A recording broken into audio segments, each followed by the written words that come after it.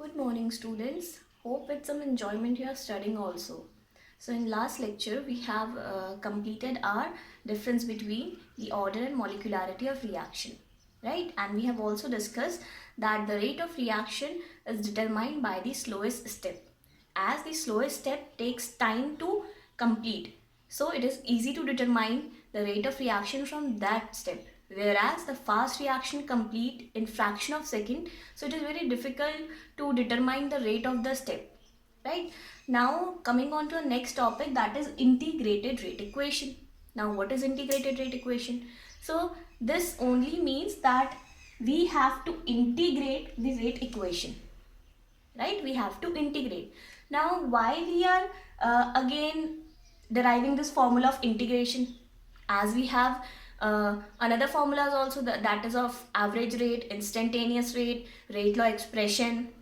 So why we are calculating this? So for instantaneous rate, it is very difficult to calculate at each and every point, right? So we know that graph of the equation is concentration and this is time.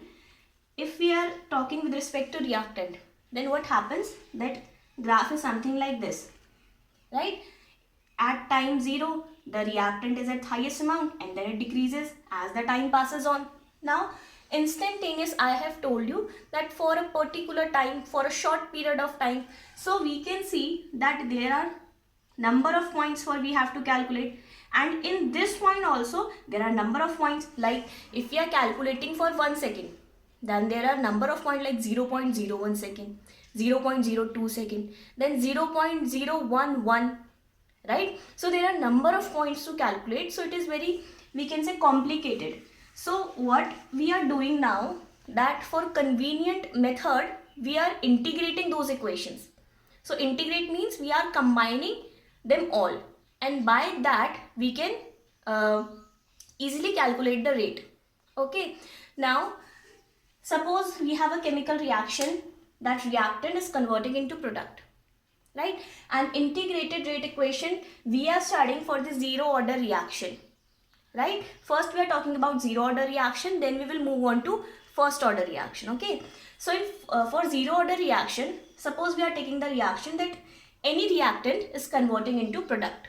Now what will be the rate of reaction for zero order reaction? So it is understood that rate is equals to a constant k with concentration raised to the power some exponent, right? Here the zero order means that the reaction has zero order, that means power 0, right?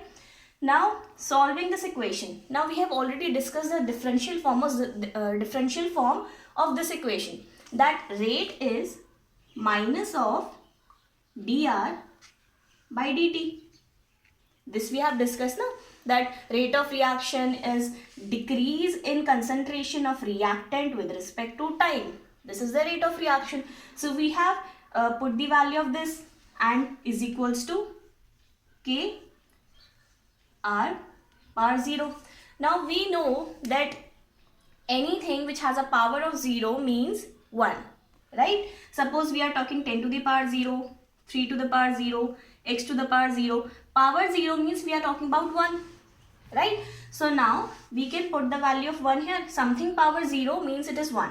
So minus dr by dt is equals to k, right? Now shift this dt here. So what will it become? dr is equals to k dt, and also multiply the whole equation by minus. So what it will become, that minus minus becomes plus, and here comes a minus, right? Now this d means for a small change, that means differentiation. What does differentiation means? So differentiation means that something is differentiate, that means set apart, right? This means differentiation. So this is differentiation and this is differentiation. So what we will do, that we will integrate this equation for a combined value, right? So on integrating,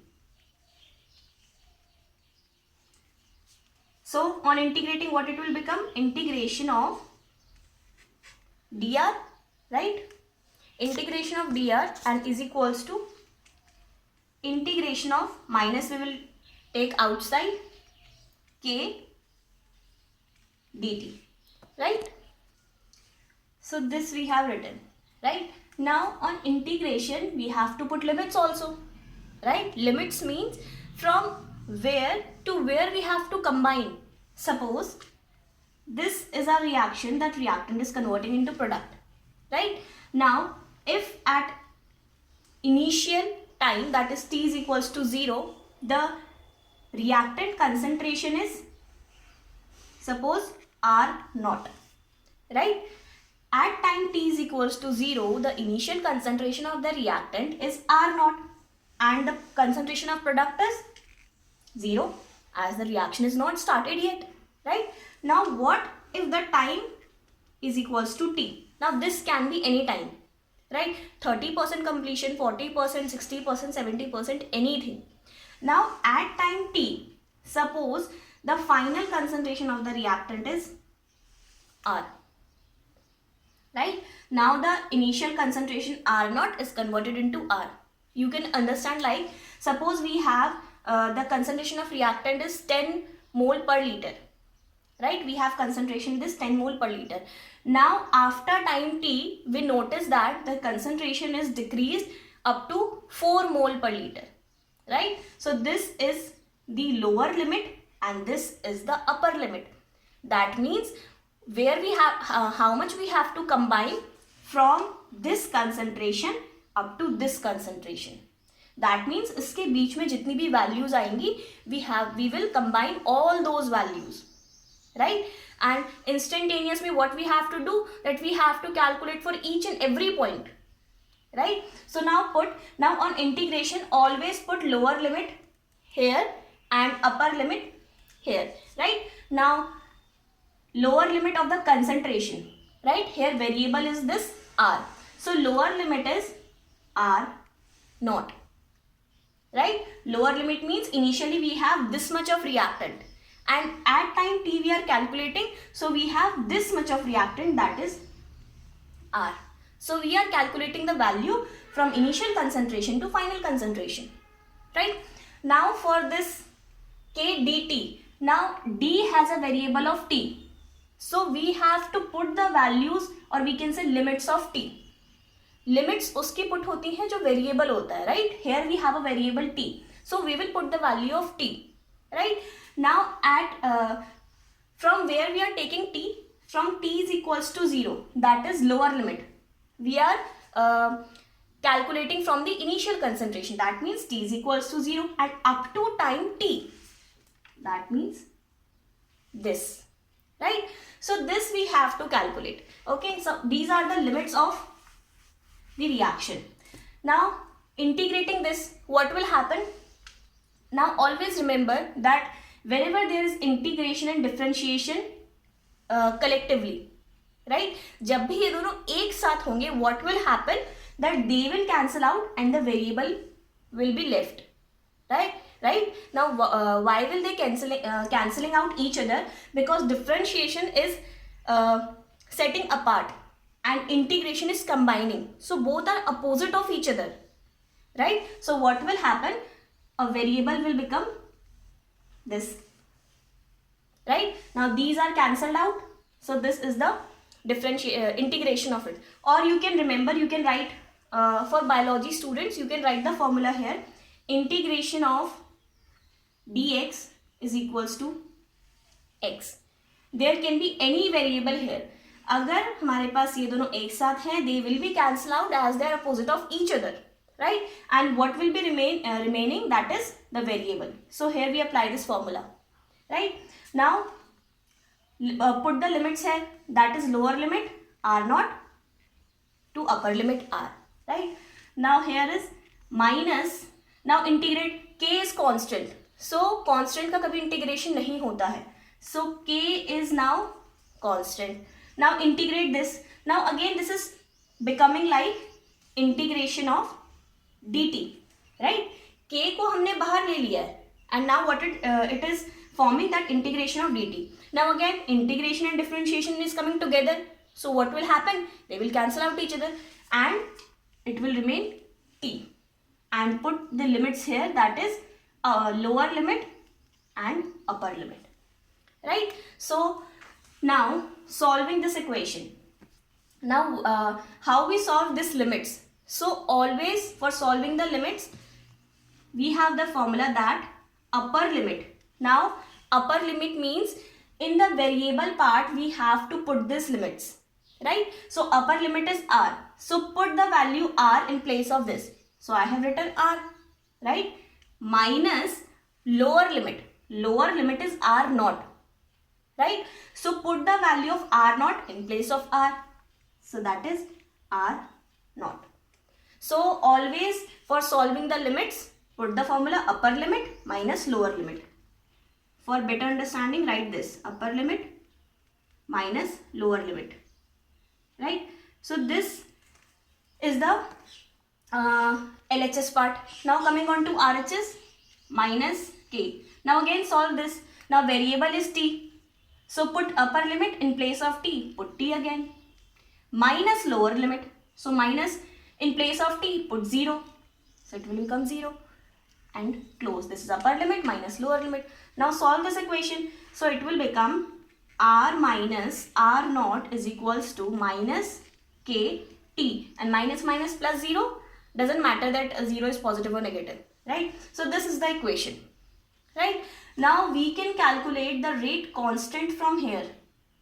Right? हम यहाँ से rate constant we can calculate. So now calculating the rate constant from here, k is equals to, now shift the t in the denominator, r minus r naught upon t and minus k. Now again multiply the equation by minus. So what will it become? That k is equals to, now if we multiply this equation by minus, what will happen? That minus r and plus r naught by t. The sign will reverse, minus and plus. So we can write for simplification that r naught minus r. This is same, plus r naught and minus r, right? So we can write it like this. So now upon t. So this is the rate constant for the zero order reaction, right? And this is the formula of rate constant, right? Now this r naught you can write here that where r naught is initial concentration of reactant, initial concentration of reactant, right? And r is the concentration at any time, at the time we are calculating. So you can say it final concentration, okay? T is the time where we are calculating and k is the rate constant, right? So write these value by yourself, that r is equals to the final concentration, t is the time and k is the rate constant, okay? Now as you can see from the equation that k is directly proportional to the reactant concentration, right? So now if we plot the graph against the rate constant and the reactant concentration, how it will goes that this is the concentration of reactant, that is R, right? So we have to calculate this, okay? Now with respect to time, so how will the graph goes? Now look at this point, time t is equals to 0. Now at t is equals to 0, again if I write the equation, at t is equals to 0, the reactant's initial concentration is R naught. That means reactant is at its highest amount. So at t is equals to 0, suppose the reactant is somewhere here, that is this is the value of R naught. Understood? At time is equals to 0, R naught is the initial concentration, which is this, right? So this is the concentration, initial concentration. Now if we'll plot the graph, so with respect to time, as the time passes on, the concentration of the reactant decreases, like this, right? As the time passes on, you can see here, time is this, concentration is this, time is this, concentration is this. So as the time passes on, the concentration is decreasing, concentration of reactant is decreasing. So this is the graph of concentration of reactant with respect to the time t, where this point is the initial concentration, right? And this we call the slope, which is here minus k, right? Now how I have written this minus k. So this value we have calculated that k is equals to r naught minus r by t. If we will simplify this value, it will become kt is equals to r naught minus r. Again simplify this. So I will shifting this here. So it will become r is equals to kt plus r, and it will become naught. Right? So it will become like this. See what I have done here, that I have multiplied this whole equation by minus. Right? Now this will become minus, this will become minus, this will become plus. Sign changes. Now what will happen? Calculate r from here. So r is this and shift this here. So minus kt and plus r naught. Right? Simple. So this is the value of, this is the equation of this graph. Now the math student can compare this equation by y is equals to mx plus c. How we plot the graph of this equation? So where m is the slope, y is the y-axis part, x-axis part, and the intercept part, right? So you can compare this equation.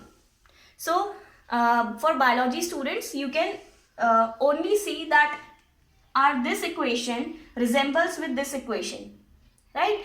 And in mathematics part, we have a graph of this equation, something like this, which I have told you that if the time decreases, if the time increases, the concentration decreases. This so you understand, right? Now compare this equation that r is equals to y, t is equals to x, r naught is equals to c. So what the value of m will be here? So m is equals to minus k. That means m is slope here. So slope is equals to minus k, right? From comparing this equation, the slope has the value of minus k, right? And this is the graph of the zero order reaction, right? And the equation which we have derived earlier, that was the integrated form of the zero order reaction. And this is the graph of the zero order reaction, right? Understood? Now we will calculate the half-life of this. That what is the half-life of zero order reaction? Half-life, right? So first of all, calculating, it is very essential to know that what is the half-life. What we are saying that this is the half-life. So half-life of the reaction is considered as the time where the reactant concentration is reduced to its half. Understood? The time when the reactant concentration is just reduced to half is the half-life of that reaction, right? So in next video we'll continue from the half-life. I will make you write the definition of half-life, right? Right now you understood that what is half-life. If we are taking a reactant is to product and its initial concentration is suppose 10 mole per liter. So what will happen, that if I am talking about the half-life, the reactant concentration should be half of it. That means 10 by 2, 5. So at what time this concentration will get reduced to its half is the half-life of this reaction, right? Now in the next lecture we will continue from the half-life of zero order reaction. Okay, thank you.